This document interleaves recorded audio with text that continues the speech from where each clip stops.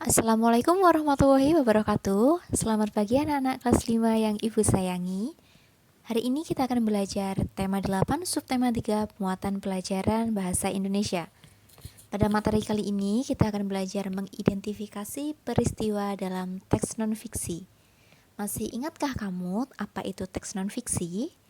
Teks non-fiksi merupakan teks yang dibuat berdasarkan kenyataan dan benar-benar terjadi.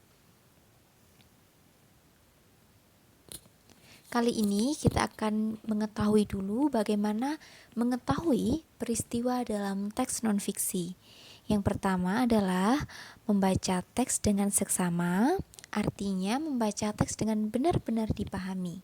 Yang kedua, menemukan gagasan pokok pada setiap paragraf. Yang ketiga, memberi tanda khusus pada kata kunci atau kamu menemukan kata kunci pada paragraf tersebut. Dan yang keempat, menuliskan peristiwa pentingnya bisa dalam bentuk peta konsep, peta pikiran, maupun diagram alir agar mudah dimengerti. Berikut ini adalah contoh bacaan yang akan kita baca, kemudian nanti kita akan menentukan informasi penting atau peristiwa penting yang dibentuk dalam peta konsep. Judul bacaannya adalah Air untuk kebutuhan sehari-hari. Bagaimana rasa air laut? Ya, air laut terasa asin. Jika kamu berenang di pantai dan terpercik air laut, kamu akan mengetahui bahwa air laut terasa asin. Sebagian besar, 97% air yang menutupi planet di bumi ini berupa air laut. Air laut tidak bagus untuk diminum. Air laut juga tidak dapat digunakan dalam kebanyakan industri dan keperluan rumah tangga. Untunglah 3% air di dunia berupa air segar, yaitu air yang tidak asin dan dapat digunakan untuk minum, memasak, dan mencuci. Persyaratan air bersih meliputi 3 komponen, yaitu persyaratan secara fisik, secara kimia, dan kandungan mikroba yang terdapat di dalamnya. Masyarakat memerlukan air dalam jumlah yang sangat besar. Air yang akan digunakan diambil dari sungai-sungai terdekat atau sumber-sumber air lain seperti sumur. Air dari sungai dan sumber-sumber air dialirkan dan disimpan dalam tangki penampung yang sangat besar. Dari teks air untuk kebutuhan sehari-hari, kita dapat menentukan kata kuncinya. Ya, kata kuncinya itu air. Karena air banyak dibahas pada teks ini dan sering muncul. Kemudian kita dapat menggarisbawahi apa saja hal-hal atau peristiwa penting dalam paragraf pertama, kedua, dan ketiga. Paragraf pertama yang penting adalah sebagian besar atau 97% air yang menutupi planet di bumi berupa air. Selanjutnya, untunglah 3% air di dunia berupa air segar. Itu merupakan peristiwa penting. Pada paragraf kedua, persyaratan air bersih meliputi 3 komponen, yaitu persyaratan secara fisik, secara kimia, dan kandungan mikroba. Dan pada paragraf ketiga, informasi penting atau peristiwa pentingnya yaitu air yang digunakan diambil dari sungai-sungai terdekat atau sumber air seperti sumur. Setelah kita mengetahui informasi penting atau peristiwa pentingnya, dapat kita tuliskan dalam bentuk peta konsep atau peta pikiran. Pertama, tulis dulu judul bacaannya di tengah. Judulnya yaitu Air untuk Kebutuhan Sehari-hari. Kita tarik peta konsepnya untuk paragraf pertama yaitu 97% air di bumi berupa air laut, dan 3% berupa air segar.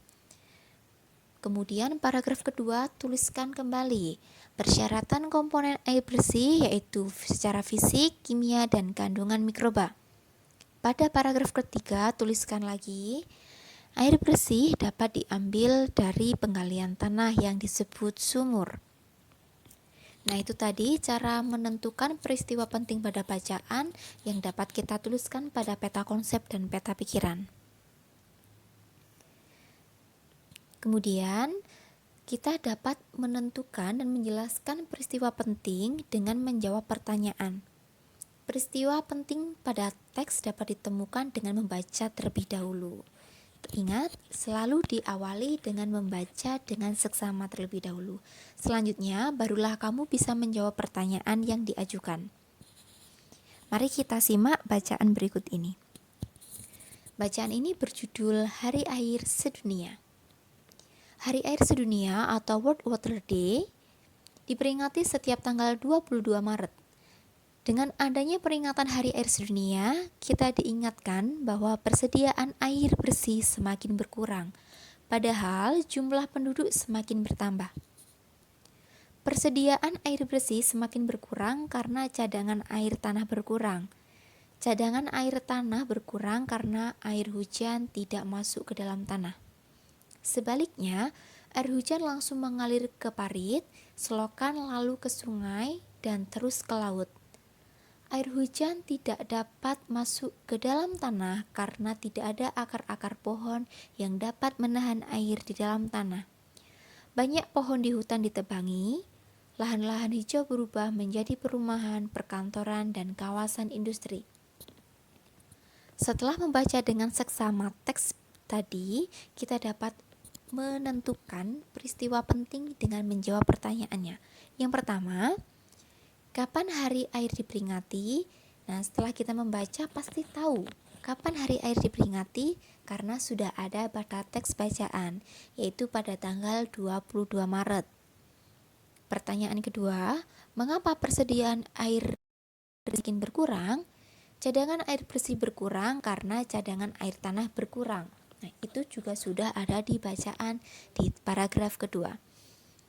Pertanyaan ketiga, apa pengaruh akar pohon terhadap cadangan air? Akar-akar pohon dapat menahan air yang ada di dalam tanah.